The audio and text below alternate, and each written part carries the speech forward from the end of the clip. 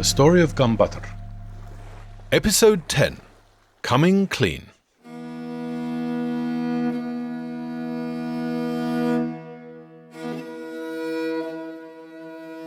Look, sorry if you spent the last 9 episodes wondering if I'd been pulling your leg the whole time. After all, I had a whole draft of part 9 in which I'd claimed to have heard Ulaan Baatar's story in the place of honour by the wood stove, throat warm with airag, mouth salty with yak jerky while horses shivered snow from their flanks outside and all that jazz. In the end, I decided to go with the story about filming Ulaan Baatar for a documentary on the grounds that at least you'd be able to fact-check that, if you were sufficiently bothered. It's hard to know whether you're happy just to settle back and be spun a yarn, or if you're really exercised by this story's veracity. In part 1, I made clear that the story of Ulaan Baatar is a fictionalized version of a true story. Some bits are made up, others are true. Now, I know which bits are true and which I've made up. I'm a journalist, that's my job. Your challenge, I suppose, is to sort out the truth from the lies, like a panel show game.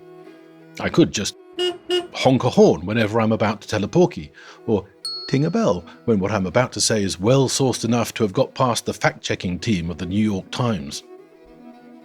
But even this would have been hard to actually implement.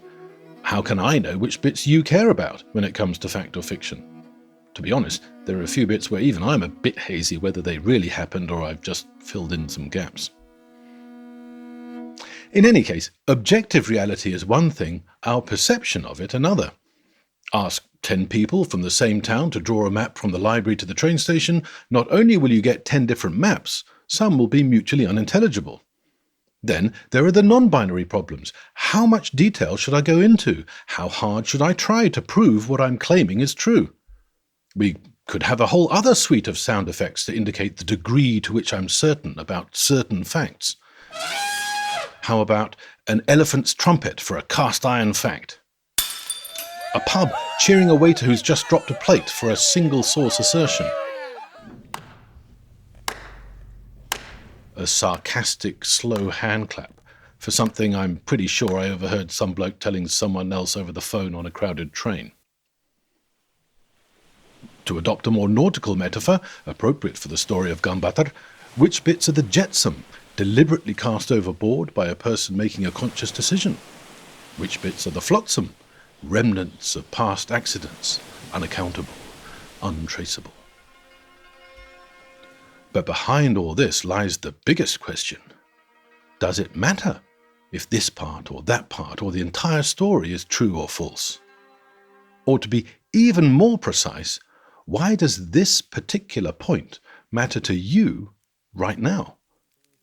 Do you see my dilemma here? Take the lake shanty. You can hear it's a bit ragged. Maybe you picked up a fire crackling in the background. Even if you don't speak Mongolian, and if you did, you probably wouldn't be asking any of these questions, you must admit the lyrics sound pretty authentic. All fakeable, of course, but would I really go to all that trouble just to pull a prank? And what would be the point of fooling you? I mean, search the internet for a 2001 documentary called The Mongolian Navy, All at Sea, by Litmus Films, and you'll hear the self-same story, with the lake shanty right at the top. You'll see the smartly uniformed sailors singing it by a campfire by the lake. Later on in the film, you'll even see Ulaan Baatar himself and hear him telling his story, if you believe the subtitles, or speak Mongolian, that is. Тийм одоо хаанч байхгүй. Миний одоо энд орчинд бол байхгүй байгаа байхгүй. Тийм өнгөрөөд амар гоё санагдчих байхгүй. Талаа гэж ийм сайхан байна.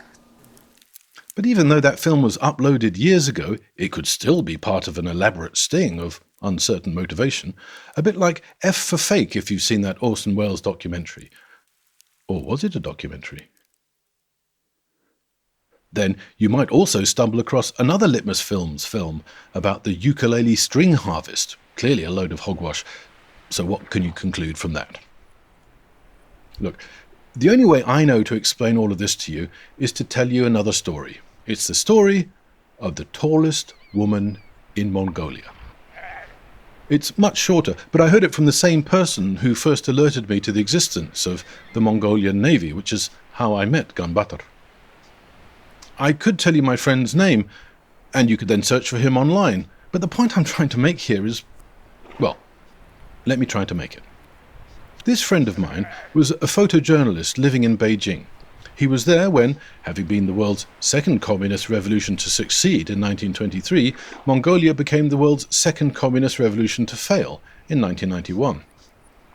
Under communism, journalist visas to Mongolia were hard to come by, and once you got there, reporting was heavily supervised. My friend wanted to be the first foreign photojournalist to visit the country and report on it freely. Before he left, he tried to research his trip by trawling through back copies of Mongolia Pictorial magazine in Mongolia's embassy in Beijing. Amid the generic pictures of bumper harvests, impressive heavy machinery, and bemedaled generals inspecting troops, he found one photo that amused him. It was captioned, "The tallest woman in Mongolia." It showed a woman, in traditional Mongolian dress, standing on the grassland. There was a blue sky above the horizon, green grass below, and no other point of reference in the entire photo. For anyone not an expert in Mongolian grass species, she could have been anywhere between 4 and 9 foot tall. A Mongolian journalist was interpreting and helping my friend arrange this reporting trip. My friend mentioned this photo during one of their phone calls. "Ah, yes, I know that woman," said the local journalist. By now my friend was accustomed to this kind of response. "She doesn't live anywhere near where we're going." My friend said that was fine, he'd only mentioned it in passing, and it was really only the caption of "the tallest woman in Mongolia" that had intrigued him. Weeks later, well into his reporting trip, my friend found himself, as he had every morning so far, bouncing and jiggling across the grassland in a Soviet jeep. He'd quickly stopped bothering even asking about their destination. Within a few days, it had become clear that his diligent pre-departure research had been a total waste of time. In Mongolia, nothing was ever as you expected. But what you found instead was way more extraordinary than you could ever have imagined. The week before, they'd set off to take a photo of a horse race in which 6-year-old jockeys rode 50 miles bareback. That evening, they returned with a roll of film containing photos of smartly uniformed sailors standing to attention on the deck of the only boat in Mongolia. So it was only after 3 hours of bouncing and jiggling, when their jeep approached the first gare they'd seen for 20 miles and started to slow down, that he asked his interpreter about today's destination.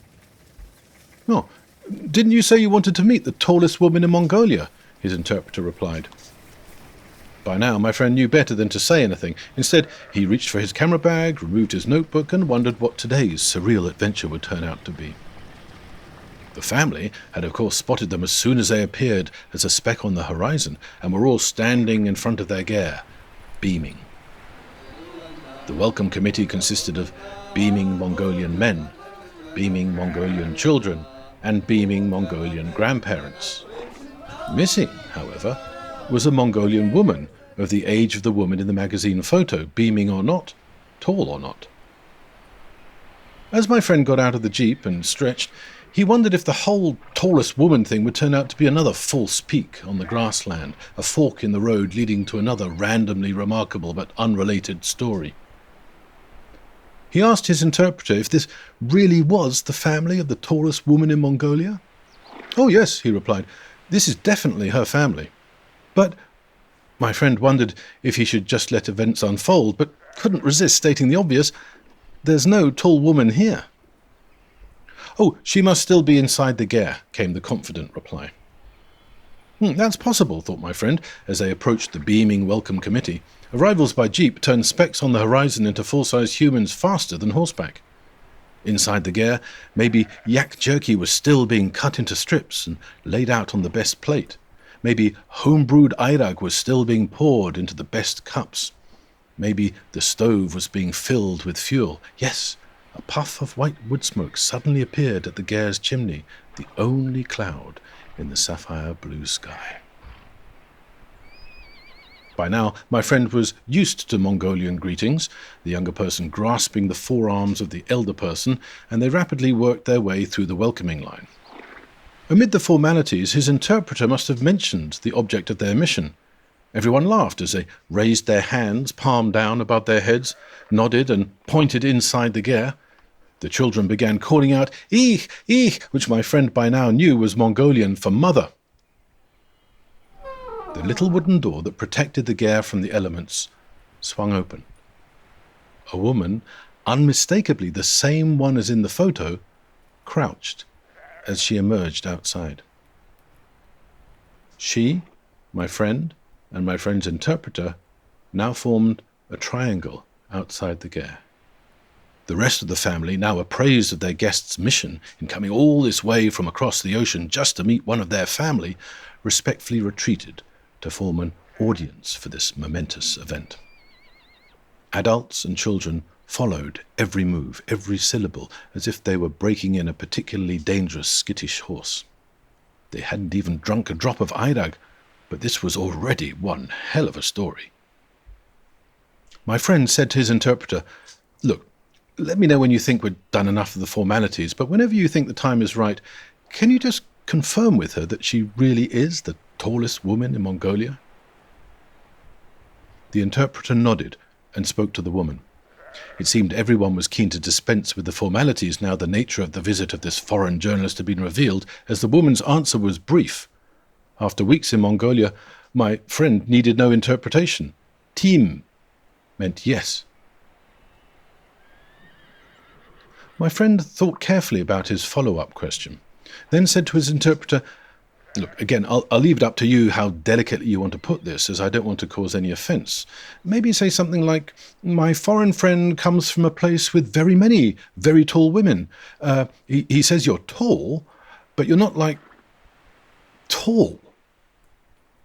The interpreter nodded and launched into a lengthy address, and from the body language my friend deduced he was doing a good job of softening any potential blow to pride or risk of offence. It seemed to work. Her reply was concise rather than terse. "She says she completely understands what you mean. She agrees that although she's tall, she's not like tall. Like spectators at an archery competition anticipating the next arrow, the eyes of interpreter, the eyes of the woman, and the eyes of the entire family in the audience now turned towards my friend." "Let me think how best to ask this," he pondered a moment. The shyest child in the audience, forgetting her shyness, pushed to the front. "Look, she seems to be taking this very well, so if you think it's okay, why not just come out with it and ask her directly if she really thinks she truly is the tallest woman in all of Mongolia?" The interpreter nodded. This time, his question was much briefer, but not as brief as the woman's reply. Now, everyone's eyes were back on my friend, anticipating his reaction to the translated response.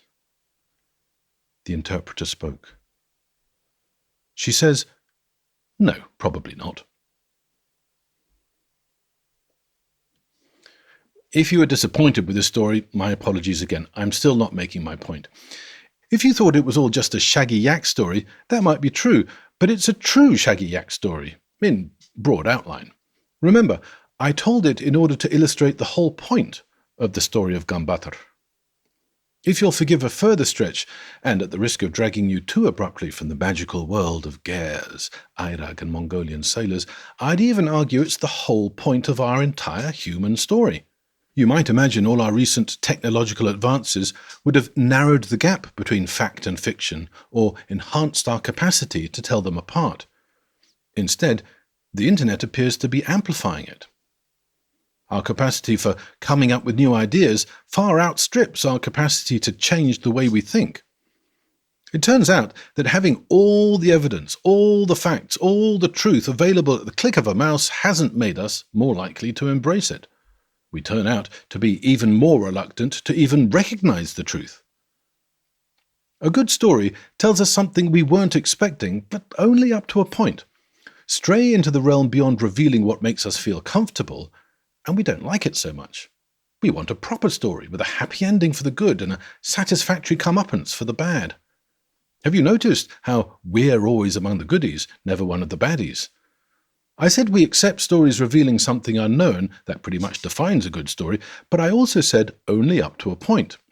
My point is that this point is the whole point. Look, you and I haven't met, I don't think, even though it sort of feels like we have by now.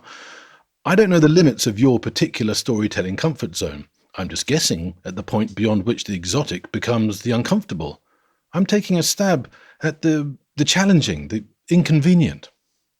Does not knowing for sure whether Baatar even exists, let alone whether he really led anything approaching the extraordinary life I've been telling you over the past hour, bother you?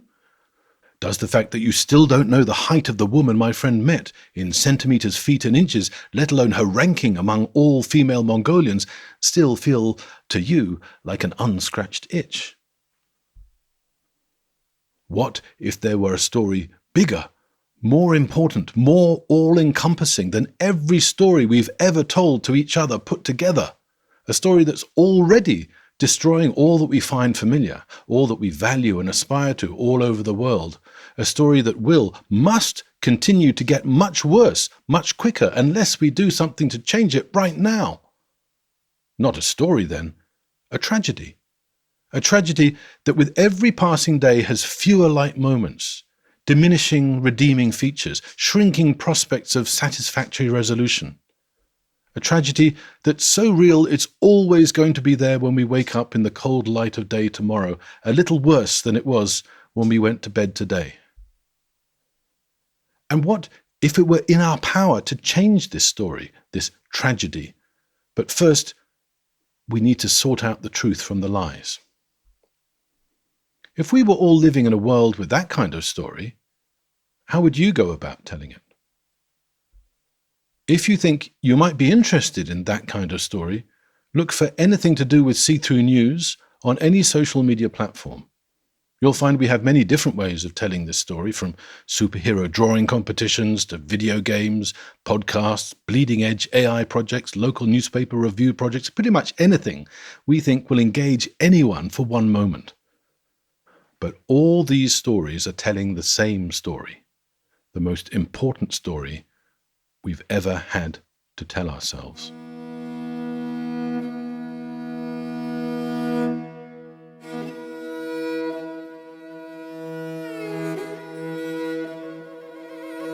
Thank you for listening to the story of Ulaan Baatar, the only deep-sea navigator in Mongolia.